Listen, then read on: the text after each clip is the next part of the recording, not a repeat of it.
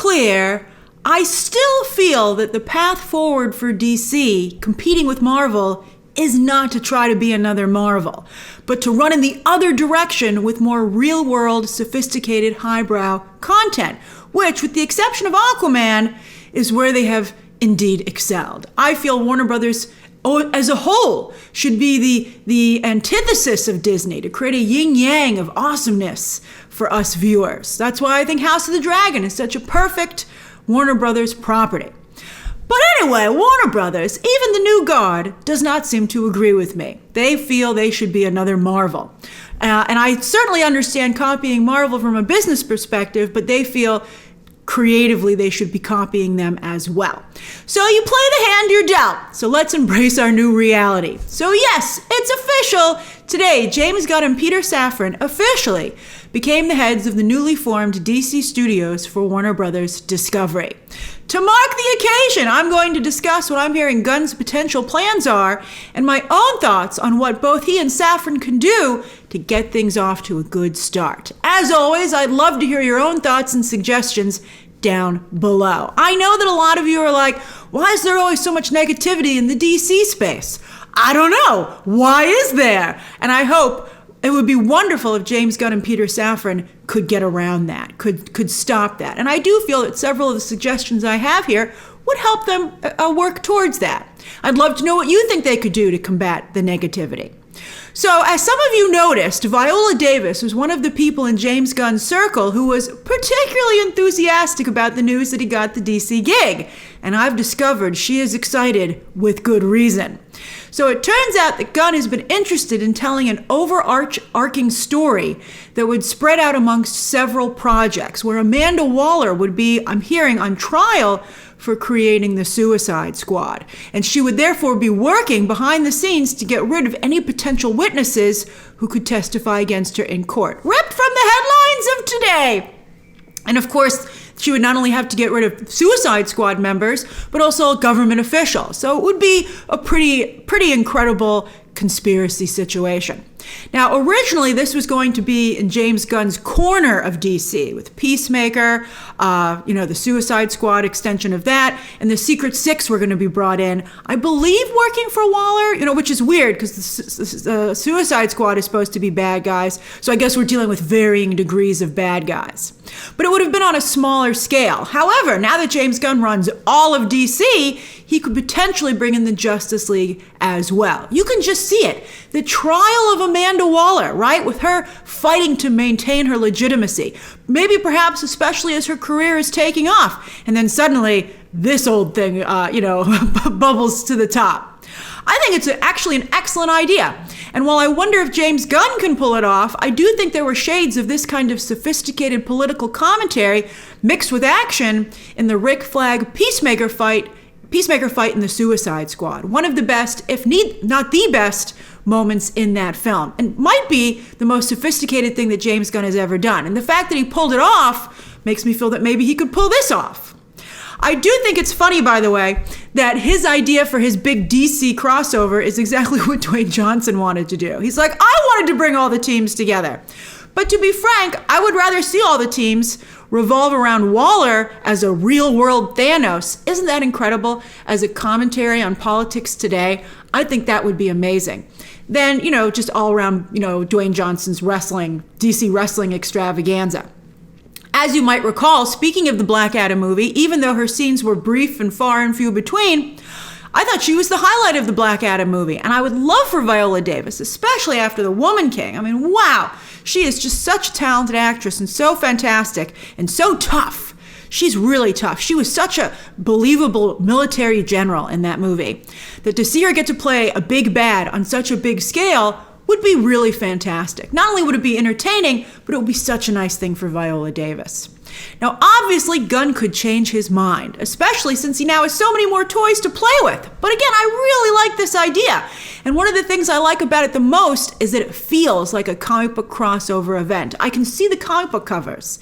The trial of Amanda Waller. I just think it's fantastic. I mean, I heard it would be a trial. I'm the one calling it the trial of Amanda Waller. But I think it's really awesome. We'll see if that's what he decides to do, because I've been hearing that's what he's been mulling over. Now, what do we think he should do? What do we want him to do?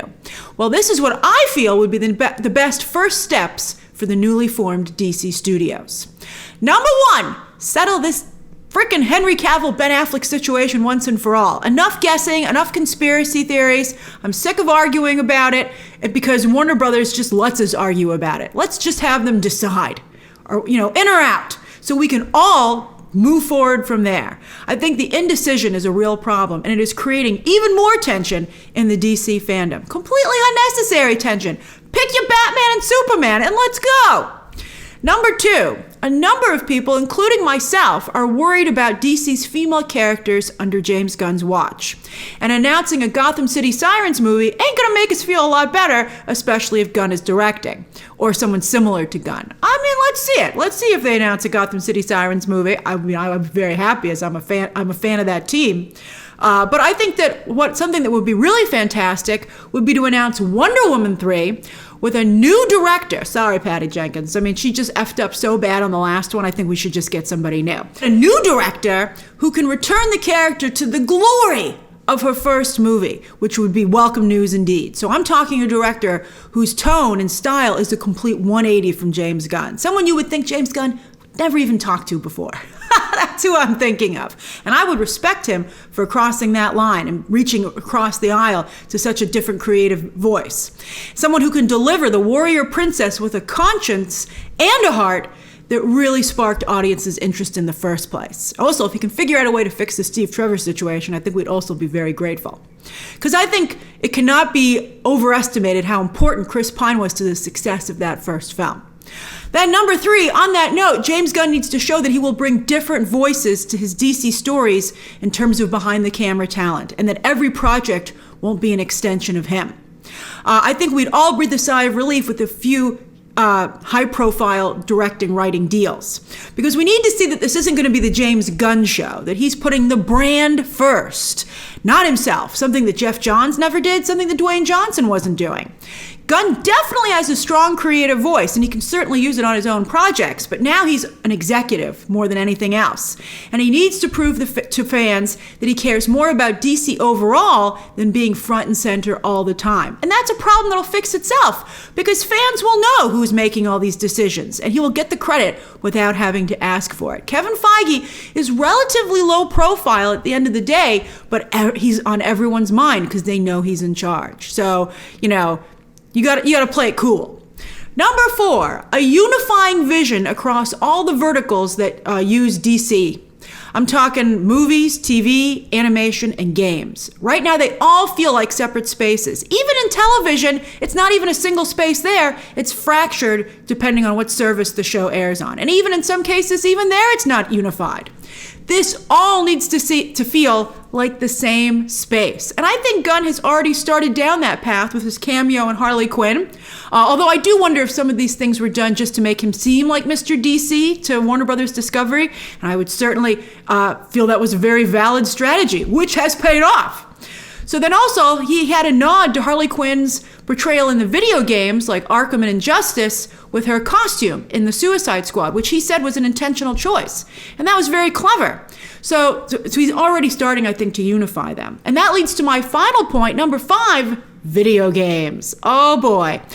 So as we all know, video games are big business, huge fan base, bigger than movies. And DC has some excellent video games.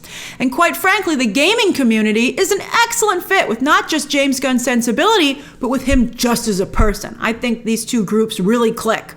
And the games haven't gotten a lot of respect from the rest of DC, or even Hollywood for that matter, which is insane considering how successful they are.